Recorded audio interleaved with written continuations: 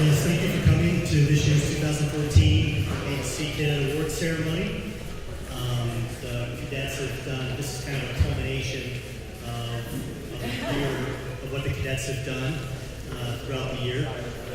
And I am Lieutenant JG Kevin Christie. I'm commanding officer for the Tampa Bay Division. And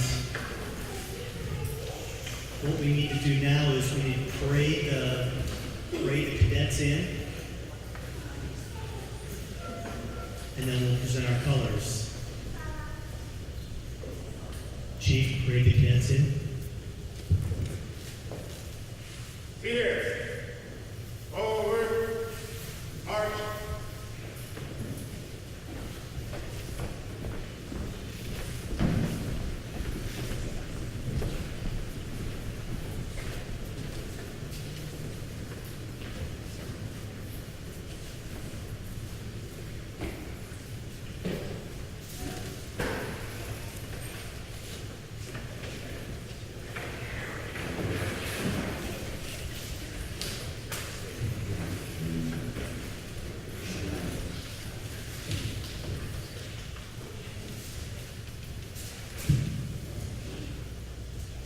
And we have a special presentation. One of our very own is going to be singing the national anthem for us.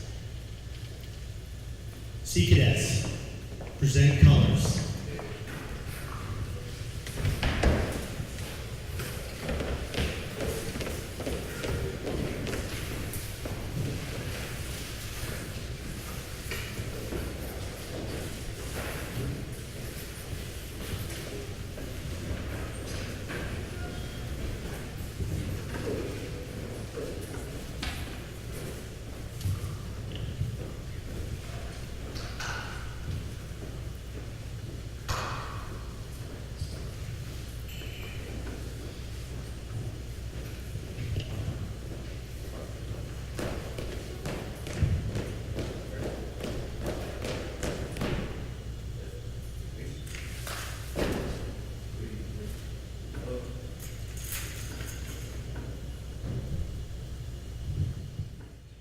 Oh, say, can you see by the dawn's early light what so proudly we held at the twilight's last gleaming, whose broad stripes and bright stars through the perilous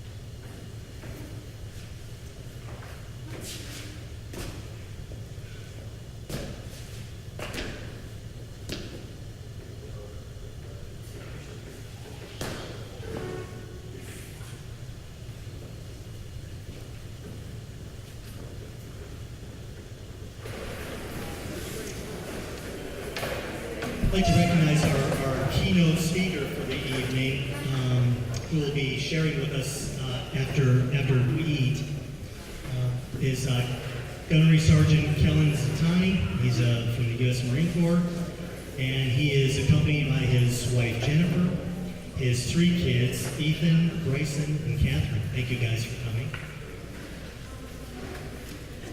Also like to recognize my command staff standing up here before you. Our XO, Ensign Scott Burney, and our training officer, Ensign Corey Schaffner.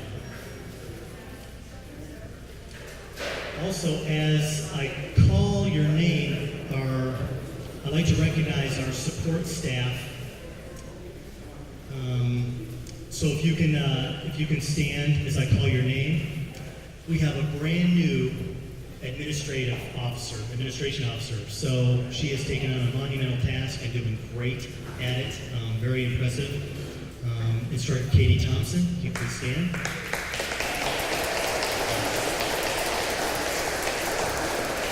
Yeah, she's what keeps this unit running, quite frankly. And then we have our supply officer, Instructor Michael McCormick.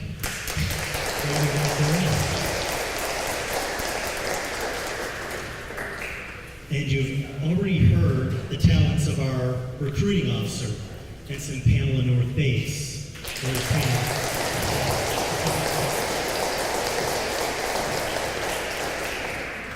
We also have a new physical fitness instructor, Instructor Tamara Grant.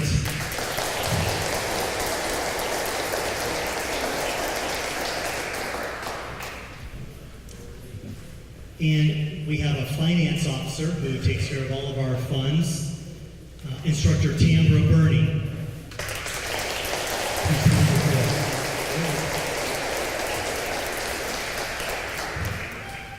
So that is our staff, who actually we file paperwork, so we're we have paperwork and IDs through headquarters. But we also have a special group of folks, of volunteers, that is we call them our parent auxiliary. And our parent auxiliary, there's someone who, our communication director for the Parents Aux, is who you see all the emails come from. She does a fantastic job of keeping you guys informed. She keeps all your email addresses straight, which I have a hard time. I just have to copy what she sends. So I'd like to introduce you to Trina Heron.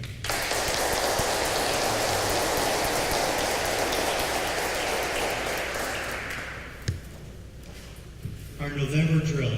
We have not set our November drill yet. We're still working on that, but we have some cool things in mind. It's just trying to get them set up. And one of those things that we're trying to get set up is a tour of NOAA on base. And we've done this a couple of years ago where we got to go on board the Hurricane Hunter airplanes, got to see where they drop the buoys out of the plane, and they kind of explained all of that to us as we toured the planes. But they have several different aircraft at the NOAA facility on base. That's one potential opportunity. The other potential opportunity is to go to the Special Ops Command, is that right? Go to Special Ops, and where they have, it's kind of like their Black Ops, where they've got all their equipment, their uniforms, the weapons that they use, the night vision stuff. All of that is presented to us. So that would be very cool as well. So these are some cool stuff, but I'm just trying to nail down a date, and that's the tough part. So I apologize that it's not nailed down yet, but if we could be a little bit fluid in our dates, there's really cool stuff that our cadets could be exposed to. Our December drill, for the sake of the holidays, I'm trying to schedule a community service project through Metropolitan Ministries, who, if all of you are aware, gives food to the homeless and that kind of thing. Well, they've got a huge warehouse that they try to organize all their food, and I think we could be very helpful to them in that capacity. So I like to set aside one day in December, and I sent emails to Metropolitan. I haven't heard from them yet, but I'm still trying to set up a date. It'll be first or second week of December, because I don't want to get too far in December, because then there's Christmas parties and all that kind of stuff. So we get pretty busy during that time of the year. But I like to spend at least one day doing community service for our community. Also, I'll be flying out to next weekend. I'll be flying up to Providence, Rhode Island, to the Naval Undersea Warfare Center, where I'm going to be getting some training on the Sea Perch project, which is basically an underwater ROV. And what that does is we're going to get a bunch of kits in. They're going to send us kits to our cadets, and we're all going to build our own ROVs. Remote control, so we'll put them in the water and we'll be able to control their forward propulsion and their depth. So that'd be kind of cool. And we have to solder. We have to solder the controls. So the cadets are going to learn soldering techniques, putting the unit together, and also buoyancy. So we're learning quite a few things through the Sea Perch project. So once I get those kits in, that'll be a drill probably in April or May, that we'll have all those kits available, and then we'll use the St. Mary's pool back here. They've got a 12-foot section of the pool, and we'll launch our ROVs there and try them out. So that's coming up. Here's something very cool that I just found out. We have been approved to go out on the Navy ships that are ported at Rattlesnake Point. We're going to join them as they go underway on their boats, and we'll take part in the whole evolution process. So we're going to take part in the evolution briefings prior. So we're going to learn about what to do in certain weather conditions, safety protocols, evolution goals. Possibly, they talk about doing in this particular evolution mock beach landings. So that'd be very cool for the cadets. And that's going to be January 10th and 11th. That's during the Alpha weekend on Rattlesnake Point. So keep that, mark that on your calendars, January 10th and 11th.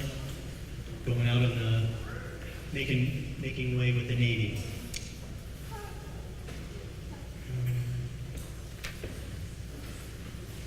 Other than that, that is all I had as a time filler today.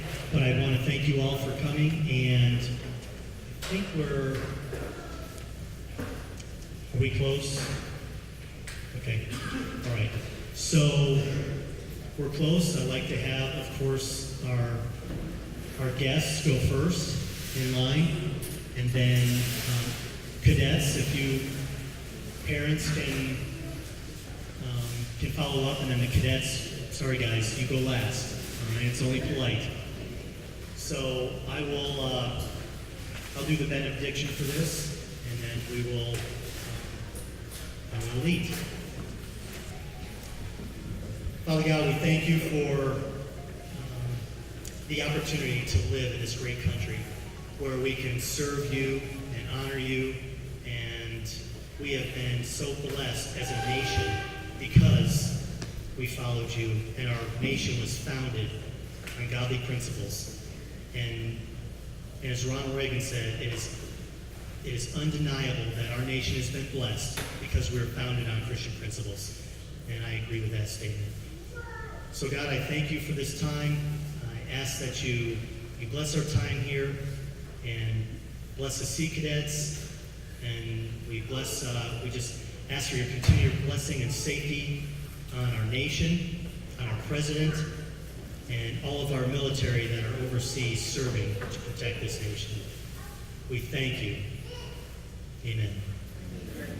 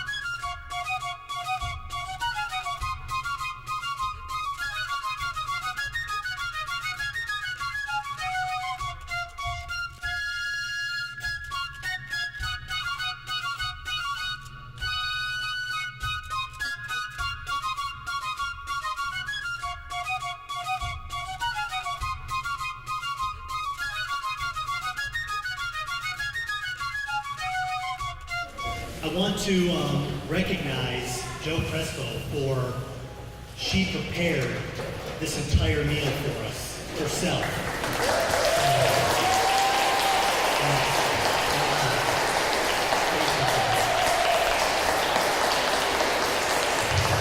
Yes, fantastic.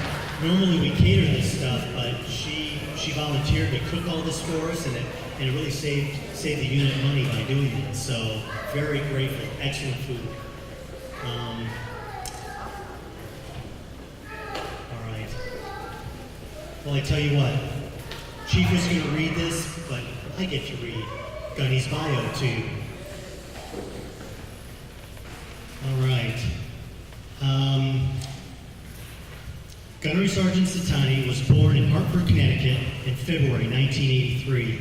After graduating from Rockville High School, he reported to the Marine Corps Recruit Training Depot, Paris Island, South Carolina, in December of 2001.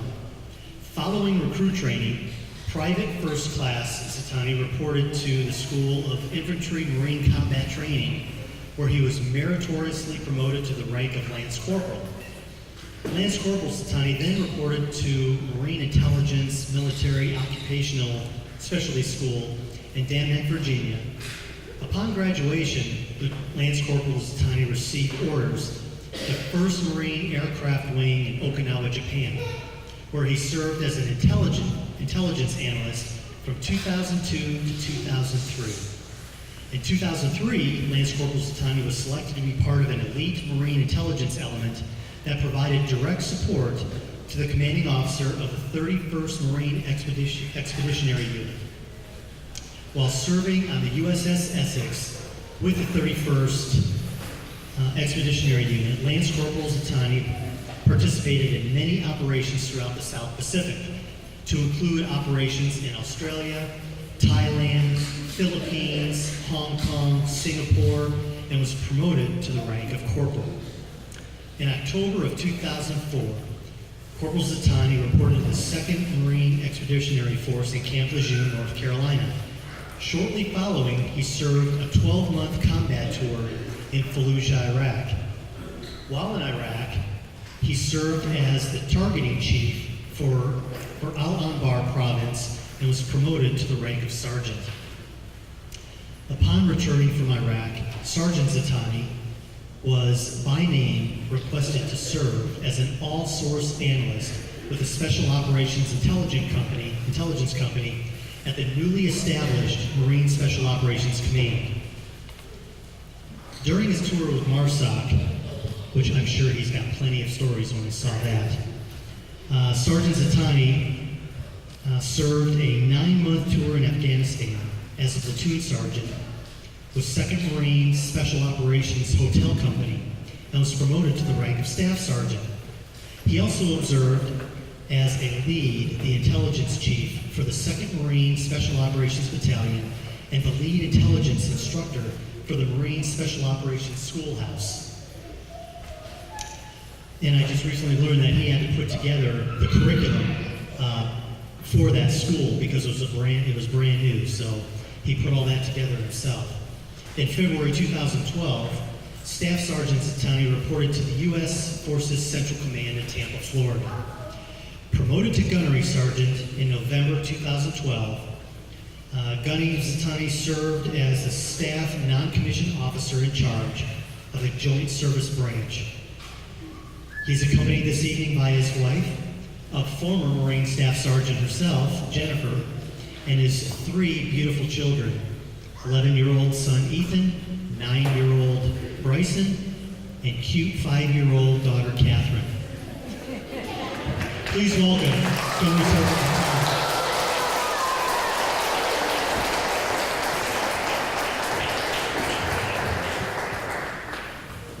Oh, that was quite an intro. Thank you. I appreciate that.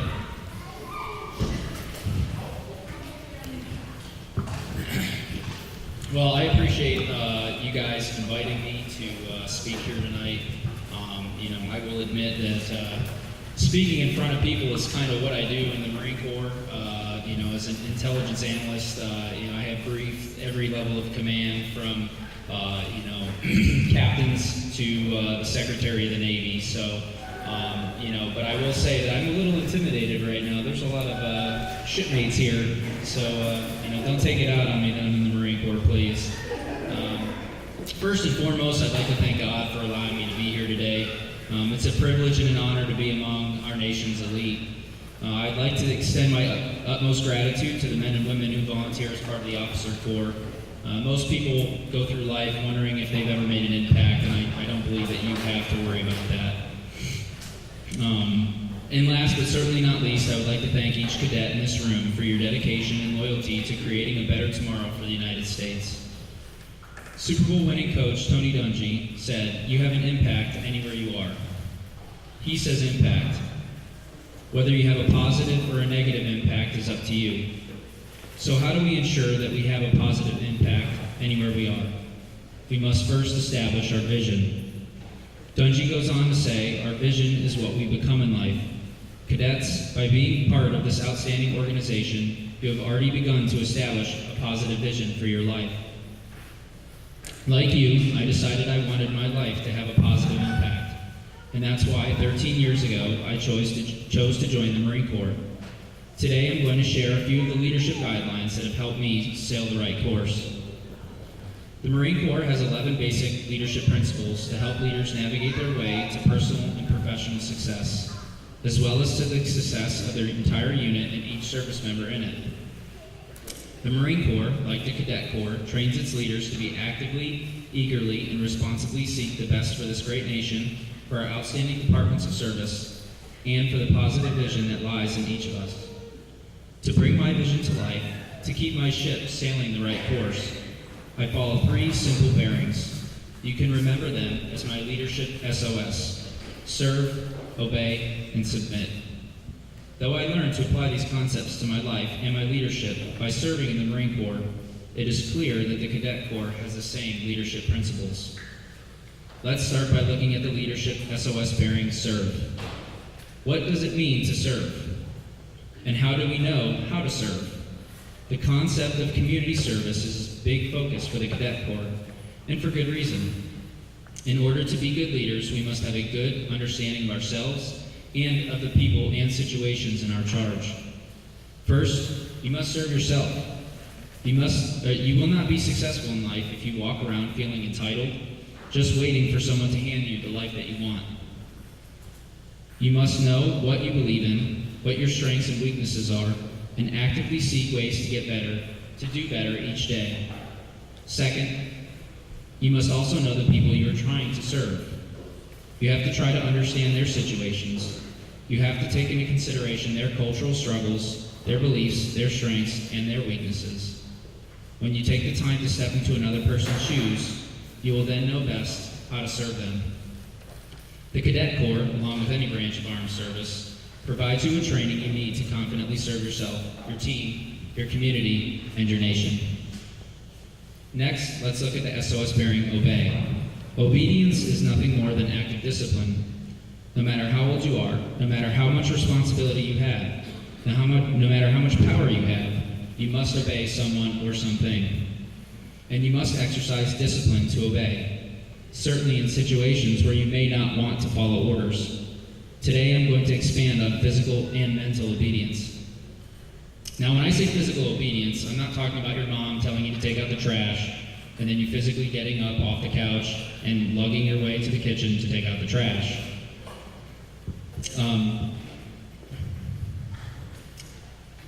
I'm talking about the discipline you need to have in order to maintain a healthy physical body. Obviously, the Cadet Corps has taught you the importance of being physically active, and being fit includes more than that. You must also not put harmful things into your body. The use of drugs and alcohol, and even unhealthy eating habits are signs of physical disobedience. Be disciplined when it comes to caring for your machine. Next, let's look at mental obedience. I'm sure we have all been in situations where we have completed a task we didn't want to, and mumbled under our breath the entire time that we did it. That is a sign of mental disobedience. As leaders, we must have a positive attitude. If we have a bad attitude, why should our troops, employees, friends, or anyone else have a good attitude about it? No one wants to be around a complainer, and attitudes are contagious. So let me ask you, What kind of attitude are you giving to others? Let's face it, whether it's the law, your parents, your wife, there's somebody that holds you accountable for you to be obedient. Your act of discipline or lack thereof. Only through obedience will we grow, and a sure sign of developing leaders is growth. Last, let's take a look at my leadership SOS bearing submit. Now, submitting to another person doesn't mean that we are admitting defeat or accepting that we are less than them. It means that we make a choice to consider their ideas or needs to be equally, if not more important. And that is what teamwork is all about, submitting to each other for the good of all. Teamwork requires selflessness. My number one teamwork rule is that we must remove our pride and set our sights on what is best for the whole team. Often what is best is a combination of ideas. Never be afraid to really listen to your boss, your parents, your troops, or your children, because you just might miss out on an incredible opportunity to strengthen your team. The second rule I strive to follow on that helps me set the example: speak only what is kind, true, and necessary. Yes, I said kind. Kindness does not mean weak or soft. The word kind stems from the German word kin, meaning natural order. There is an order that we must maintain so that we can properly function as a society. Being aware of what I say helps to maintain this order. When you fix your moral compass on what is best for everyone and steadily maintain your bearings, you will not only be a productive member of a team, but you will also find the others want to be on your team. A good leader keeps their compass point in line with the leadership SOS. Serve, they strive for self-improvement and make positive differences in their community. Obey, they are disciplined and live productive, healthy lives. Submit, they are a team player. I will leave you with this. When the Cadet Corps was established in 1958, the purpose was to create a favorable image of the Navy on the part of the American youth. Standing here today, looking out at this crowd, fine young leaders, I can tell you without any reservation that you are fulfilling the objective of that establishment. Be proud and stand tall. You are part of a team of young professionals who will undoubtedly become the leaders of this great nation. Use the words of a wise man named Peter to guide you. Finally, brothers and sisters, whatever is true, whatever is honorable, whatever is just, whatever is pure, whatever is kind, whatever is commendable, if there is any excellence, if there is anything worthy of praise, think about these things. God bless this great nation, the armed services, and the Naval Sea Cadet Corps. Thank you.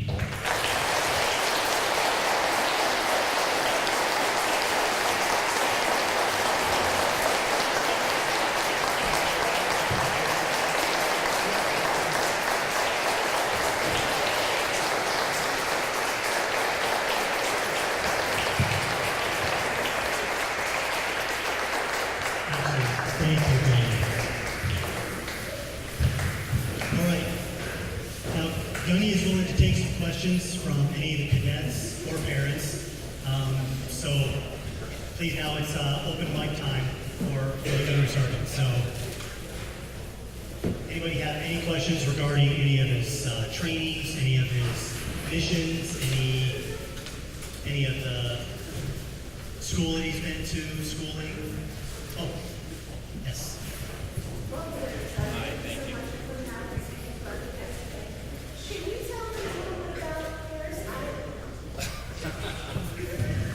Sure, I was just asked to talk a little bit about Paris Island. Well, I will be honest with you, I don't remember a ton.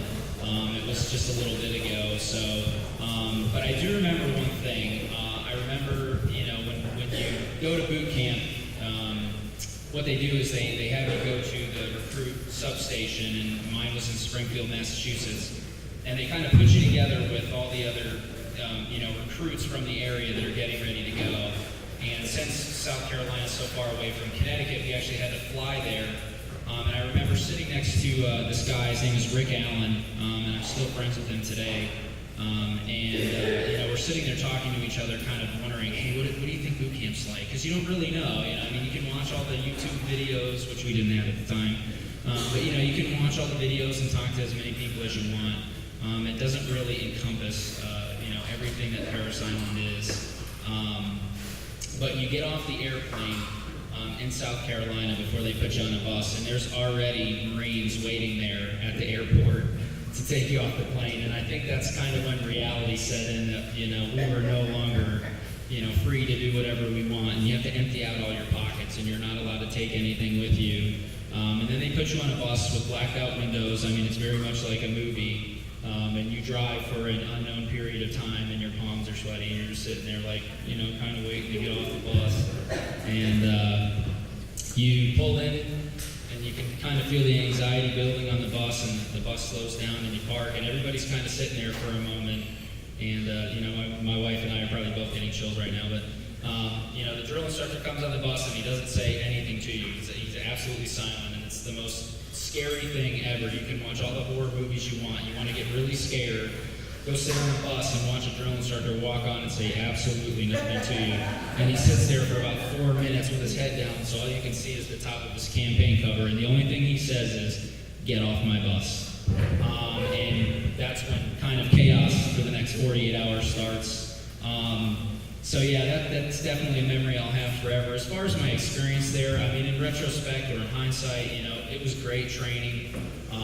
It really teaches you to let go of the individual. And for you guys that are here right now, for you cadets, even though you're part of this cadet corps and it's, something that's awesome that you belong to, you still kind of get to go home, and you got to deal with your parents, and you got to deal with your brothers and sisters, and you got to go to school, and you got to deal with that. Going through basic training, whether it's in Michigan as part of the Navy, or you go to officer candidate school, it's really a unique experience because you have to learn to get rid of the individual. You have to learn to work as a team with everybody. I never thought in my life that I could take my socks off, put them on, and then take them back off so many times in succession because I couldn't do it in a matter of 15 seconds. And that's really what it is. It's learning that you can't do it right the first time, you can't do it right the second time. You're not going to get it right until you do it as part of a team. So as far as my memories go, I mean, that's really it.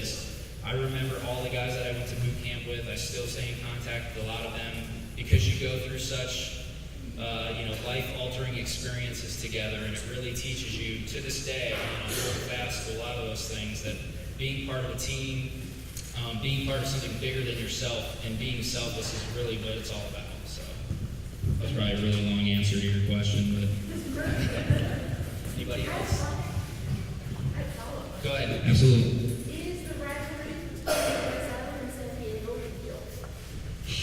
Is the rivalry between Parris Island and San Diego real? I don't know if that's true or not. I mean, it is when you first get out of boot camp. You kind of pick on each other depending on where you go. And the recruits at South Carolina, Parris Island, we say we have the sand fleas because they're really bad down there. And the recruits from San Diego will complain about the hills because they have to march up and down the hills. So you kind of pick on each other about it. At the end of the day, no more than the Navy and the Marine Corps, pick on each other, I would say. We're all Marines at the end of the day, so, when it comes to standing next to a guy in a foxhole, I don't care where he went to boot camp, just as long as he's got my back. Anyone else? Don't be afraid. I don't bite. Yes, sir? Which do you think is the best leadership trait for The best leadership trait. I'm going through my JJ Did tied buckle right now, so give me a second. Honestly, I think justice. It's a really difficult thing to stay just. When you're in the military, especially when you get to be a senior NCO or a staff NCO, as we call them in the Marine Corps. It can be tough. You get to a position where you have authority over people, and especially being here, stationed here at CENTCOM, I had sailors and airmen and Army, and so it's an interesting mesh.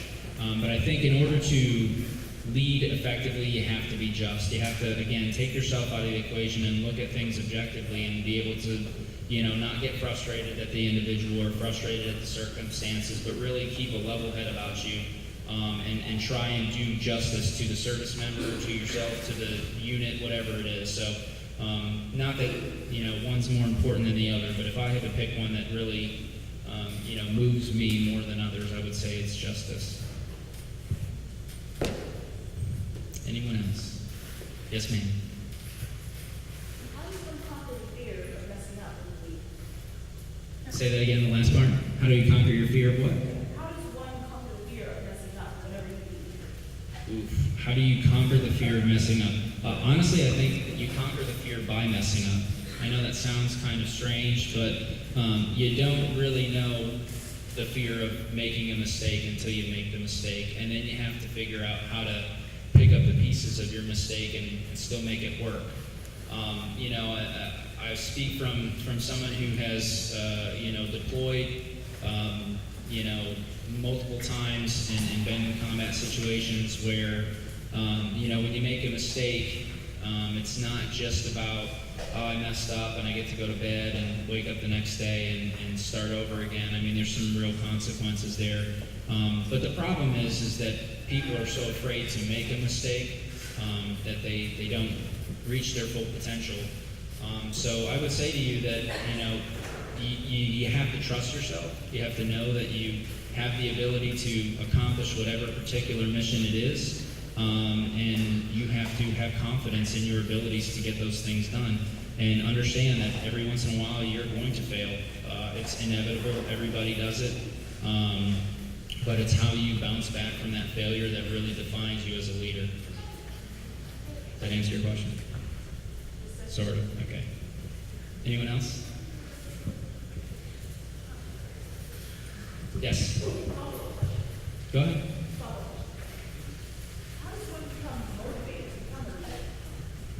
How do you become motivated to become a leader? Well, I think that's an interesting question. I think, when you, speaking from personal experience, I think leadership is a follow-up to promotion, and when you first come in, your concern is really getting promoted, in the Marine Corps, as a junior Marine, you really want to obtain the rank of corporal.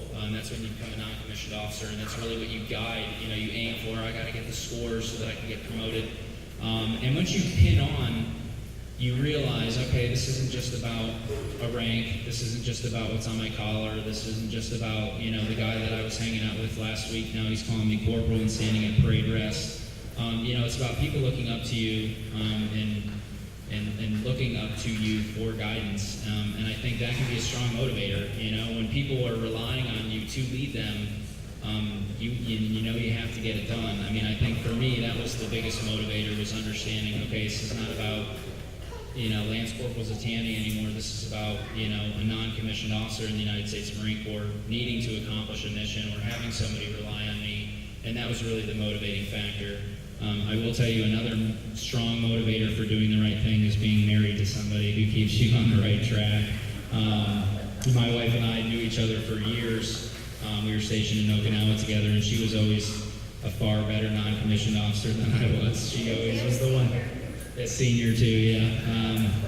But she was always the one, she was the NCO in the unit that everybody's like, oh, I want to be like her. So when we started dating, I kind of had to take on that characteristic, or else I brought her down. So, that was a good motivator for me too. So, yes, sir. Obviously, you've shown that you're a man of faith. In today's military, do you find it hard to exercise your faith within the military ranks or with the military? Yes and no. I think that there's being in a secular military, obviously I can't have my troops, sit in my office when they make a mistake, and I can't look at them and say, what would Jesus do in this situation? Are you really, and I can't be that way. But I can use what I take from Scripture or what I take from being a Christian and apply those things to my leadership. And I will tell you that it does have a drastic effect on, how you present yourself. There's kind of a stigma in the Marine Corps, and if you saw me without my blues jacket on, I'm covered in tattoos, and that's just kind of the way it was when I was growing up. But and my wife will tell you that I kind of walk around with a scowl on my face all the time, and when I'm at work, people will be like, "Is everything okay, Gunny?" I'm like, "Yeah, why?" And they're like, "Oh, you just look angry," and I'm like, "That's just the way I look," So But I think, when you're talking to people and you're dealing with people, I mean, obviously as a Christian, I have to set the example, to be Christ-like. And that doesn't just apply when I'm at home around my kids or when I'm at church. I mean, it also applies when I'm at work. And I let people at my office know that I am a Christian. I talk about it. There's nothing wrong with that. I don't get into religious debates with people. I mean, that's kind of a no-no. But I would say that, it is difficult, only in that I can't necessarily overtly, hold people accountable the same way maybe I can my children or people that I know are Christians, but I can still apply the things that Christ has taught me to my leadership, style and how I interact with people and support them too. So, and I think it does make an impact on them, and you can tell the difference. And so far, from the individuals that I work with, I've had 4 people that I work with come to our church just because I say, hey, I go to church, you guys want to come to church? And I've gotten people to come. So, I don't think that gives me my Christian gold star, but, at least it, lets me know that I'm doing the right thing, or at least trying to. Anyone else? Ma'am? What was your best education? Well, I would have to say that Tampa is pretty good. When we were at Lejeune for a really long time, being at the 2nd Marine Expeditionary Force was a 3-year commitment. And then once I signed on for MARSOC, that was a 5-year commitment right there. So we were there for, I think by the time we left, almost 9 years. We had a lot of memories there. I mean, my kids were all born there, except for Ethan, who's born up now. But, and we had the same house. So it was hard to leave. But when you walk into your boss's office and he says, hey, I've got these orders in Florida, I don't even think I called Jen. I think I called her afterward and said, hey, we're moving to Florida. So, Tampa's obviously great. As far as, place to live. But I think as far as duty station, and enjoying being around, nothing beats Camp Lejeune to me. I just, for all the bad things that it has, being around a group of Marines, being around Marines, for a Marine, it's really comforting. I know it sounds kind of cheesy, but, being at MARSOC was some of the best career moves that I've ever made, and I have a lot of good friends that I still keep in contact with there. So that was probably the best for me. But as far as place to live, yeah, Tampa definitely top. So. As a leader, do you think that it would be a bad thing to have 2 personalities, outside of your leadership role and then inside of your leadership role? I do. And I will tell you that I think, just like with anything in life, you can only have multiple personalities for so long before the 2 of them clash together. You really have to, in order to be an effective leader, you really have to be who you are and make that who you are. So if you're at work and you're talking to people, in a certain way and trying to portray yourself as this responsible, upstanding Marine leader, and then I'm going out on the weekends and I'm doing things that I'm not supposed to be doing and I'm getting in trouble, your subordinates see that. So you really have to set the example, both at work and at home too. I can't say one thing and do another, and that's really the important thing about leadership is you lead by example. You have to be able to, or willing to do the things that you're asking your Marines or your cadets to do. And if you say, climb that mountain, you better be the one in front. So I don't think you can have multiple personalities. I really think you have to be who you are, and that's what makes you either an effective leader or an ineffective leader at the end of the day. Yes, ma'am. When you get to service, how do you determine whether or not you're meant to lead? I believe personally that leadership is, I think certain people are born with leadership in their blood.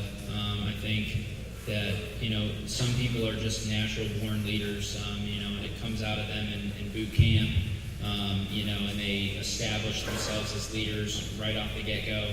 And then there's some of us, those of us, who, leadership isn't necessarily something that I, did growing up. I wasn't a natural born leader, but you establish yourself as a leader, as you come up in the service. So, I think it's important to understand what being a leader is, the responsibility of what being a leader is, and your willingness to take on that role, to decide whether or not you're going to be a leader or whether or not you're going to be a follower.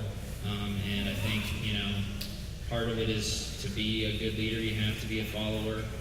But at the end of the day, again, you have to be able to set the example and put yourself out there. You shouldn't be doing things, you shouldn't be telling your service members to do things you're not willing to do. And so I think, those are really the defining things. Are you willing to do what it takes, the necessary things to be a leader? And are you willing to take the responsibility of being an effective leader? Sorry, taking a ton of time. That's okay. That's okay. All right. Well, thank you very much. Thank you guys.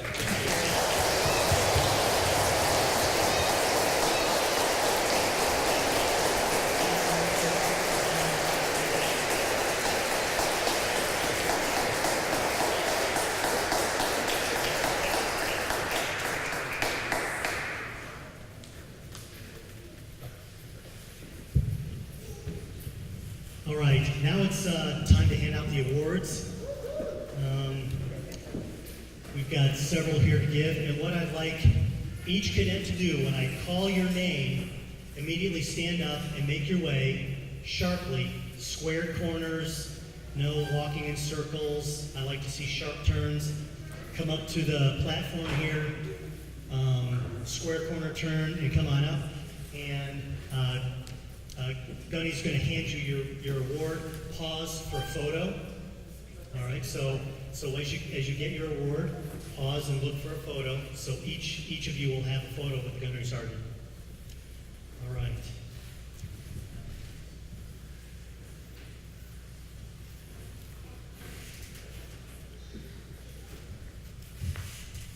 Christopher Allen.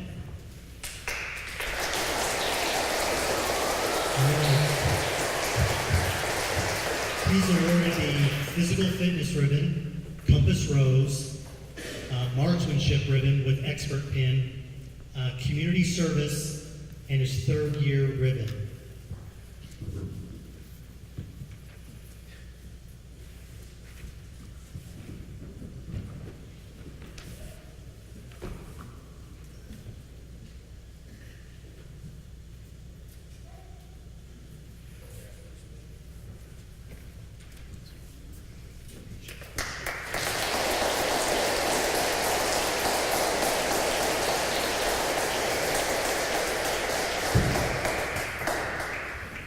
Joshua Allen.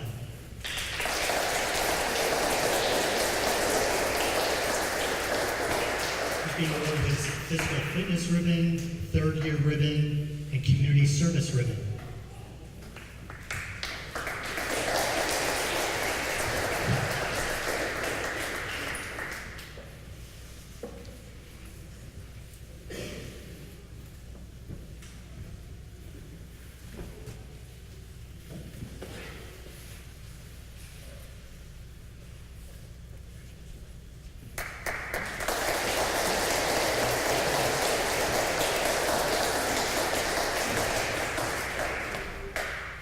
Carson Brown.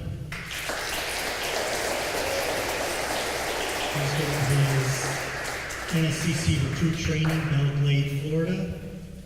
First year ribbon, Academic Achievement, Physical Fitness, Marksmanship, and promoted to Seaman Apprentice.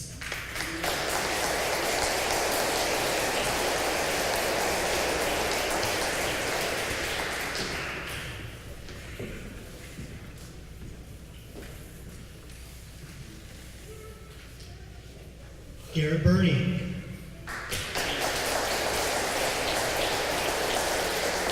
He's being awarded his NSCC Citation Ribbon, Honor Company, Marksmanship Ribbon with Expert Appurtenance, his first year ribbon. He attended NSCC recruiting training in Belle Glade, Florida, and promoted to Seaman Apprentice.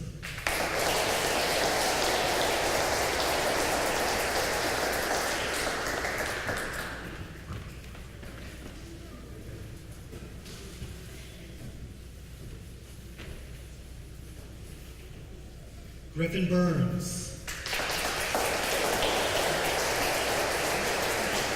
Griffin has his NLCC NSC prior service ribbon, his physical fitness ribbon, his NSCC first year ribbon, and he's been promoted to Seaman Recruit.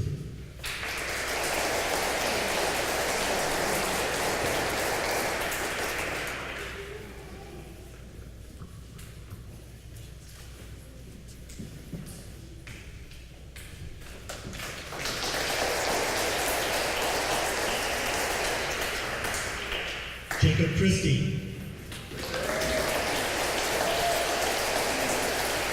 He attended port operations training this summer in Jacksonville, Florida.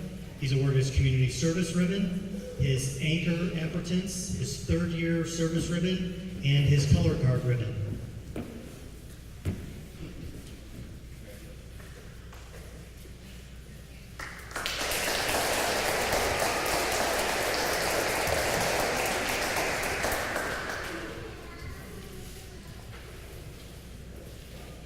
Samantha Crespo. She earned her third year ribbon, her Bronze Star for academic achievement, unit commendation ribbon, and Compass Rose.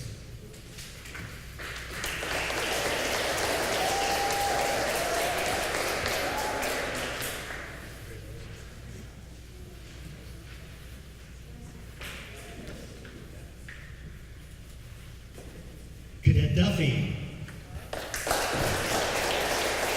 Brand new cadet with us, and he earned his academic achievement ribbon.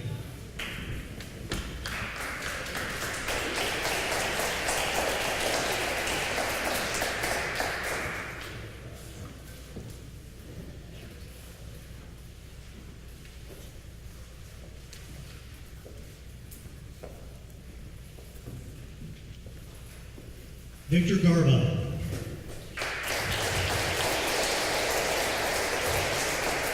He attended POLA in Brantford, Florida for summer training.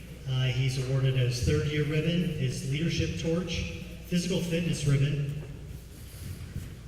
community service ribbon, marksmanship ribbon, citation for being an honor guard, drug reduction ribbon, unit commendation ribbon, his 2-year ribbon, 25-year commission ribbon, and his expert for marksmanship ribbon.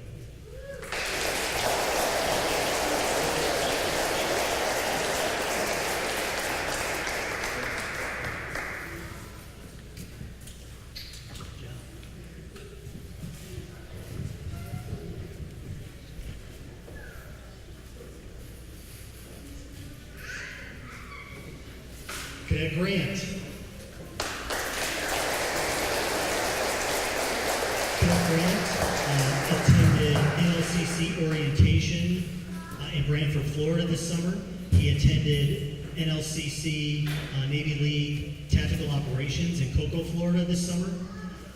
He's been awarded his first year ribbon, his Trident appurtenance, which is very unique, community service ribbon, a bronze boot, and promoted to League Cadet second class.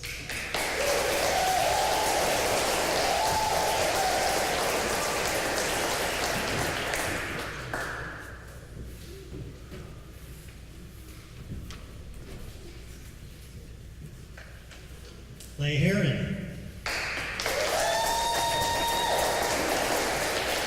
Leigh earned her third year ribbon, community service ribbon, and promoted to Seaman Apprentice.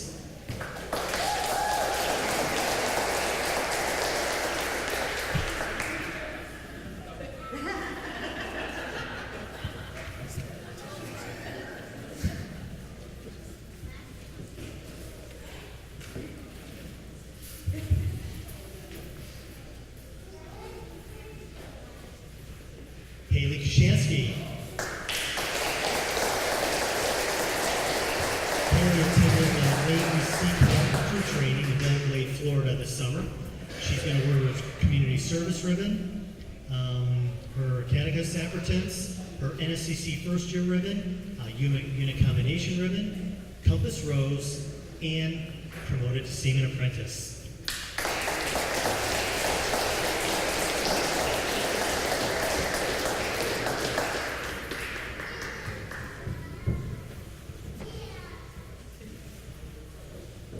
Tristan Meyer.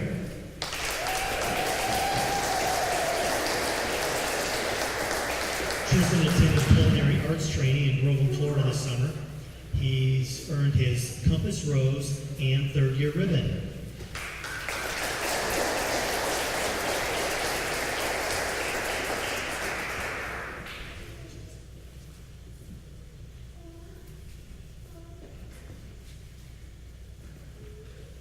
Anna Robles.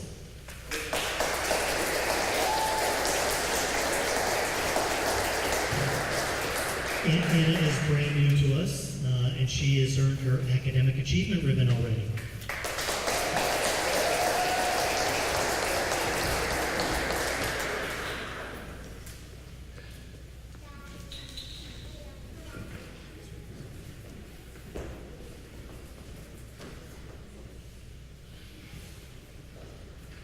Aaron Rosario.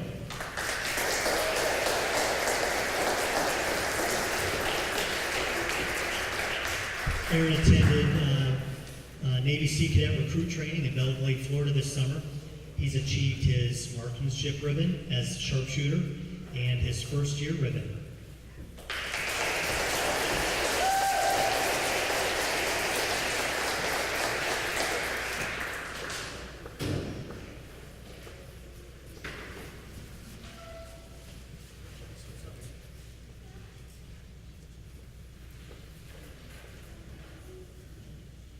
Jordan Southworth.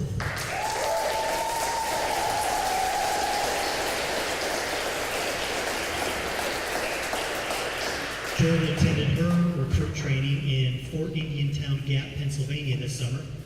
She's achieved her community service ribbon, academic achievement ribbon, first-year ribbon, and physical fitness ribbon.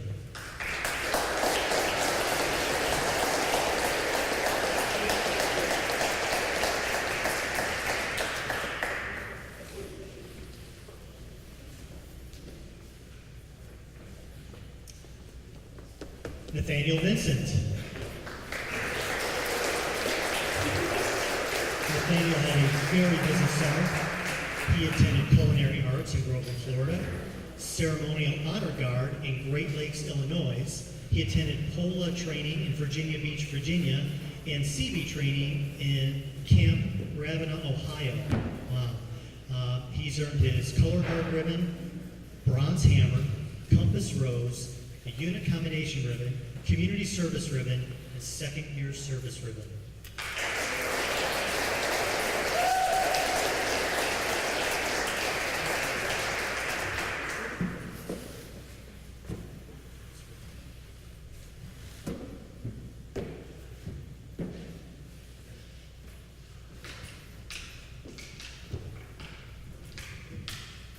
Sebastian Wade.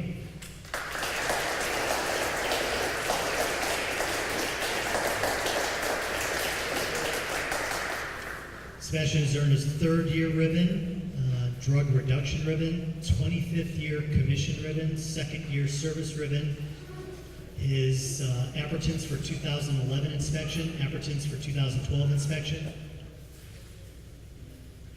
perfect attendance, quarter 4 2012, and Bronze Star Unit Commendation ribbon.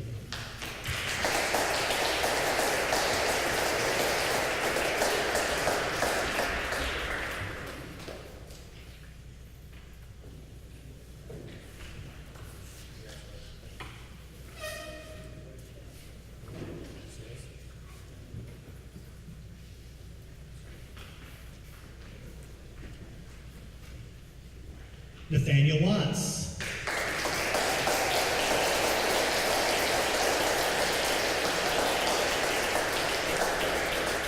He attended his recruit training in Belle Glade, Florida this summer. He achieved his marksmanship ribbon, sharpshooter, second-year ribbon, physical fitness ribbon, unit commendation ribbon, and he's been promoted to Seaman Apprentice.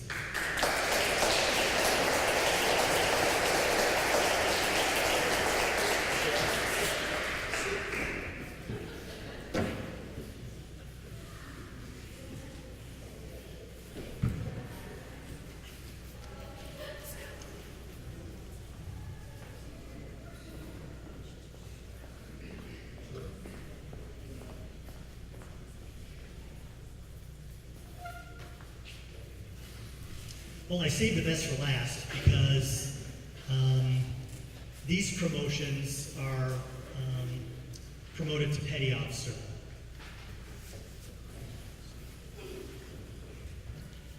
We'll start with our lead cadet, who's been promoted to petty officer for the lead cadets. I'd like to call up Clayton Thompson.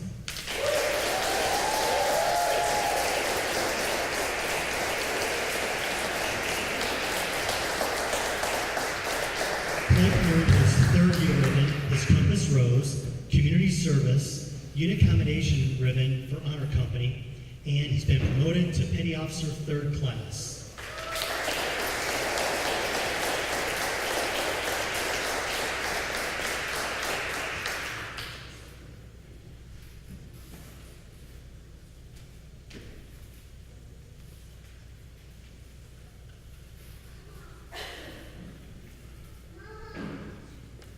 Alex Munau.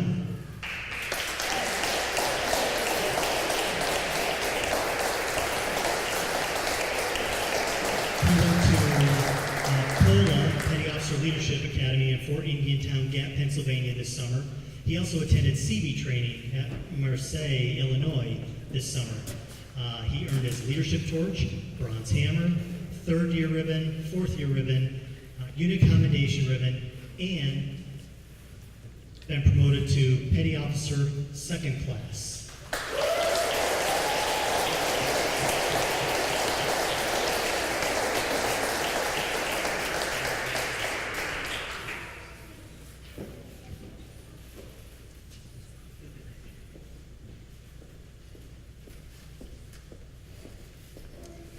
William North.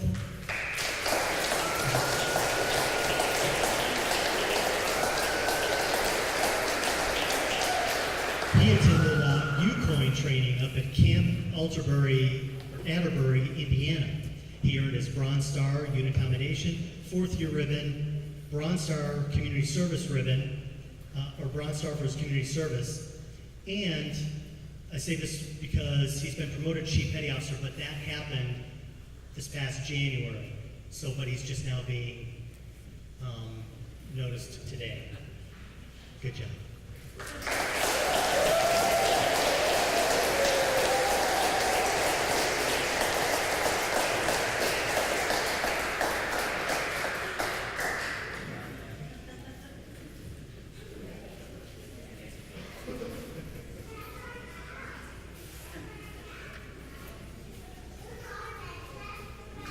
All right, this individual, when you get promoted to petty officer, it's not just passing a test, it's not just doing the training, but it is exuding leadership qualities, and it's a whole new step in the Sea Cadets when you get promoted to petty officer because all eyes are upon you now. All the cadets look at you as an example of how to act. They look at you as an example of your dress, of your uniform, and so it's kind of a big deal to get that promotion. So I'd like to call up Ian Campbell.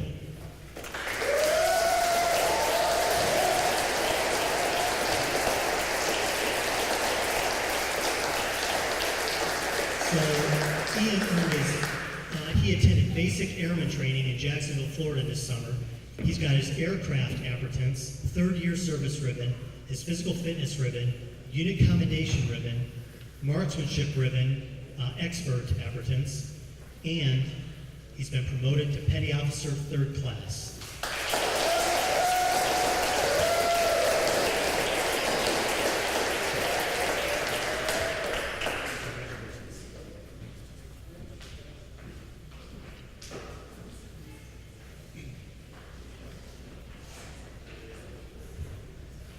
Austin Bennett.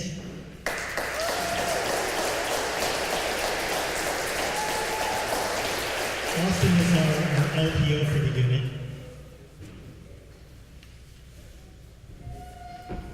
Austin earned his marksmanship ribbon, his unit commendation ribbon, Compass Rose, fifth year ribbon, and he's been promoted to petty officer second class.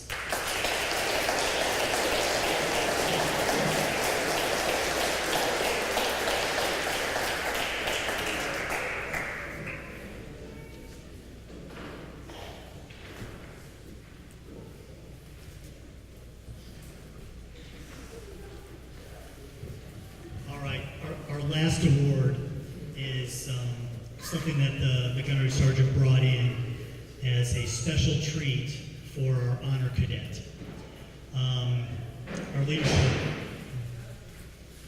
Our leadership got together and talked about who would be deserving of this award tonight. And we picked someone who attends every drill. We picked someone who shows motivation, obedience, service, everything that Gunnery Sergeant talked about today, his SOS. So we have chosen Jordan Southward.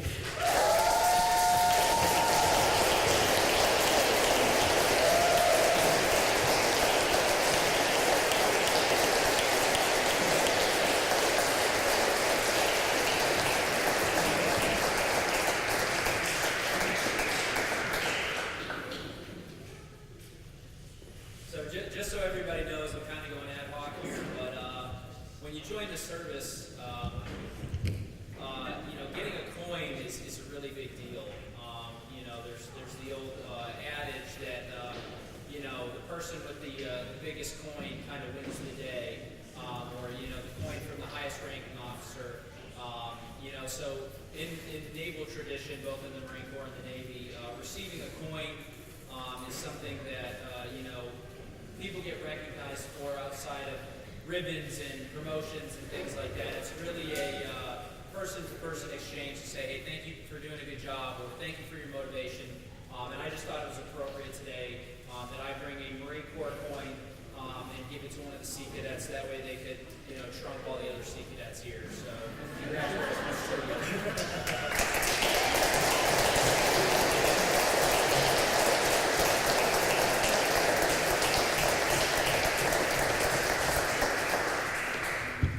So make sure you guys take a look at that coin. That is a sweet looking coin.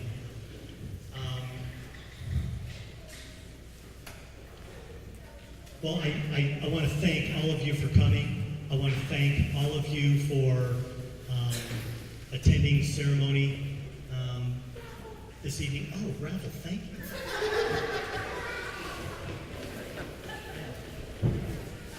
All right, we have a raffle. Which one should we raffle on first?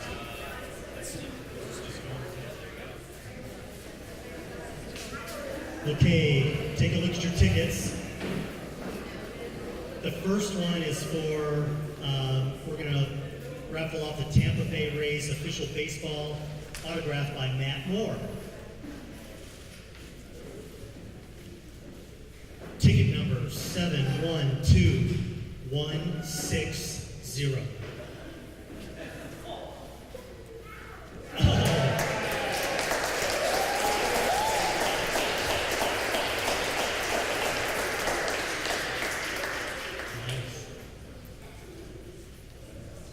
Okay, the next thing we're going to raffle off is the Tampa Bay Buccaneers official football autographed by Doug Martin. Oh, that's cool. All right. That is ticket number 712145. Mr. Grant.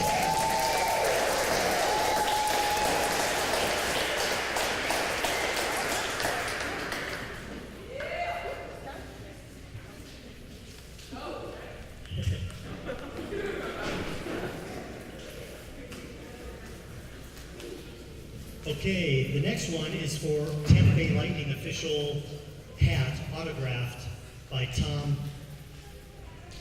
Pyatt. Yes. And that is ticket number 712144.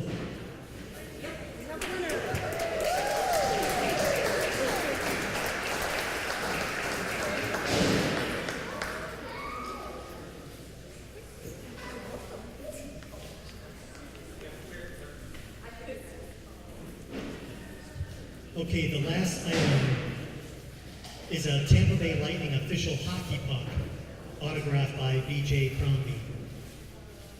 That ticket is 712161.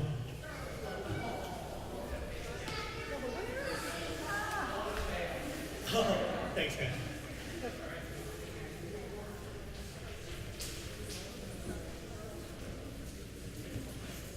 All right, this time it's ticket 712155.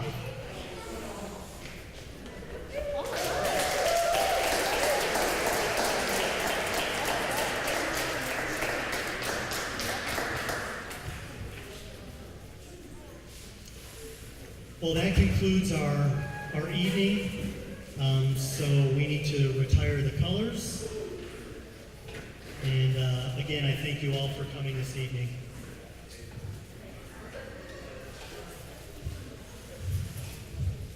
Color guard, retire the colors.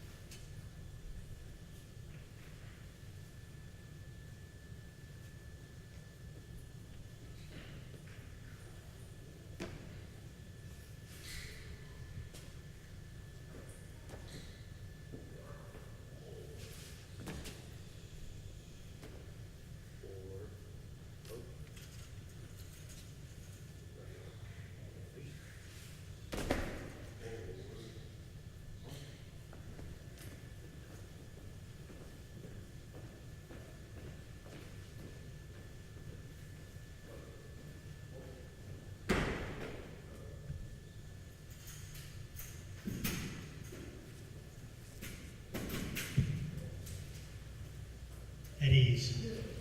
All right. Thank you, guys. That concludes our ceremony tonight.